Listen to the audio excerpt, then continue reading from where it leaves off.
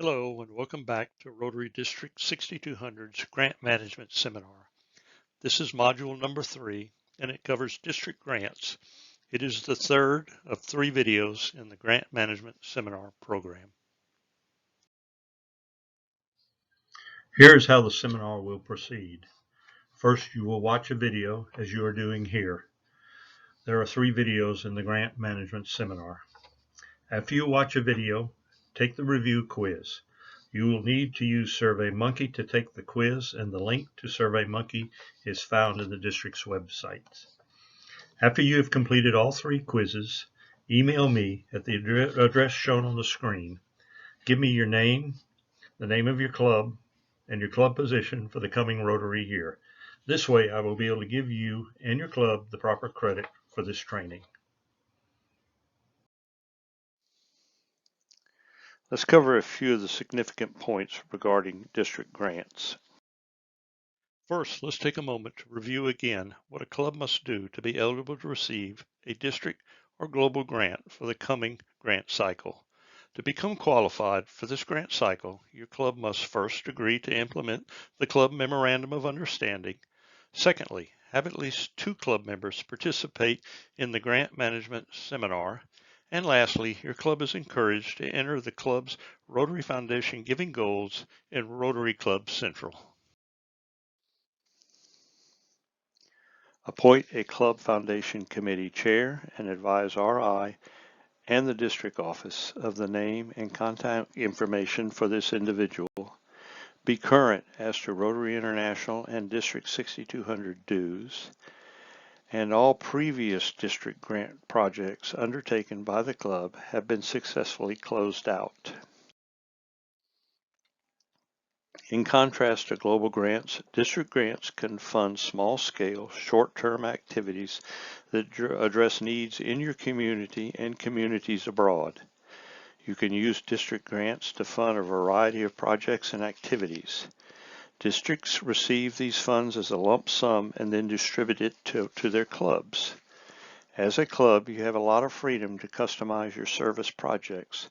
There aren't many restrictions as long as your district grant supports the mission of Rotary. Remember that the mission is to enable Rotarians to achieve world understanding, goodwill, and peace through the improvement of health, the support of education, and the end of poverty. Districts may use up to 50% of their district designated funds for district grants.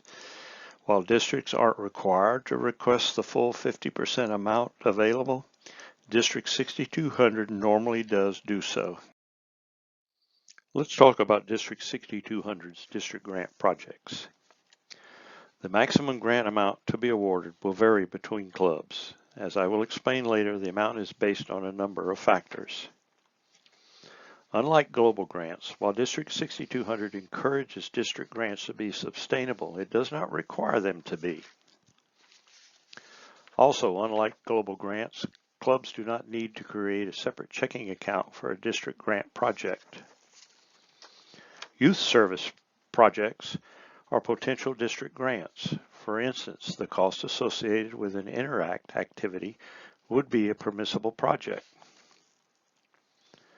Unlike global grants, construction projects are allowed. Brick and mortar projects are problematic to a global grant project due to issues such as building ownership during the lifetime of the project. This is not the case with district grants, as historically the projects have included construction of items such as park pavilions, school athletic facilities, and the like. Finally, partnerships among clubs are encouraged, as up to 4 clubs may participate in a partnership in a district grant. There are a few restrictions associated with district grants, and those are: first, a club is not eligible for a district grant in a coming grant cycle if its previous year's district grant is still open. A grant is open when a club has not filed a final report, or it filed a final report without the necessary supporting paperwork.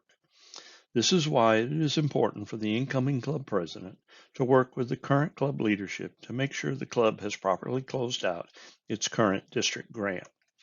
Second, a district grant cannot be used to help fund another organization's fundraising activities. Third, a club's district grant project may be for awarding scholarships to graduating high school seniors. However, the scholarship award must be paid to the institution in which the student chooses to enroll to ensure that the funds are spent as intended. Fourth, do not include cash cards of any kind in your district grants project. The purpose may be well intended, but there is no way to verify the funds are expended in the manner consistent with Rotary requirements. And finally, district grants cannot be used to fund ongoing projects. Funds must be used for new club projects only. The grant amount range for the coming grant cycle will be from $500 to $2,000. This year, the district is modifying its criteria for awarding district grants.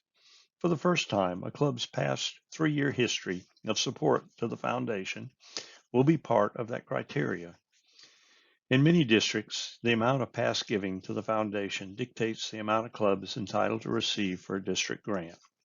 For example, it is not uncommon for a district to give district grants only to those clubs that have contributed to the annual fund. District 6200 is not that strict. However, having said that, the clubs that support the Rotary Foundation year after year are eligible to receive a greater district grant amount than those clubs who do not systematically support the foundation.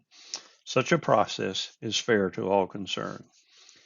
The Foundation Committee will also consider this year the funding match being provided for the project. A 15 to 25% minimum match from the club or non-Rotary partner will be required. As done in the past, a member of the Rotary Foundation Committee will contact a club if its district grant application poses any problems or concerns.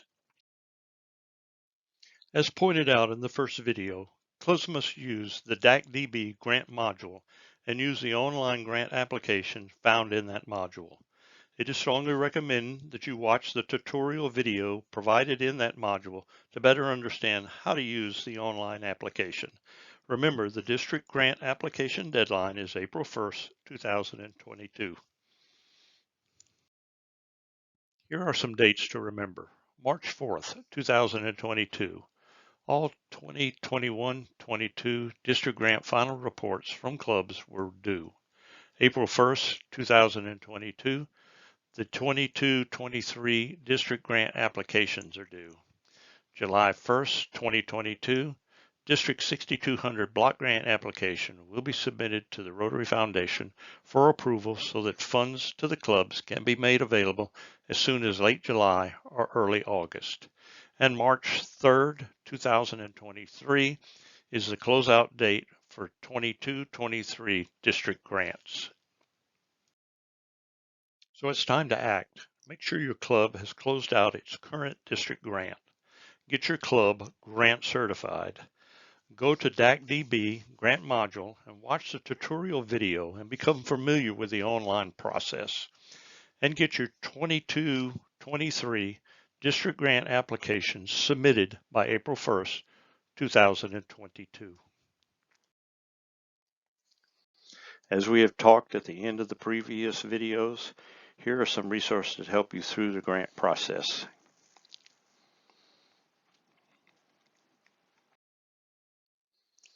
This is the end of the third video. You now may complete the Module 3 review quiz. Thank you.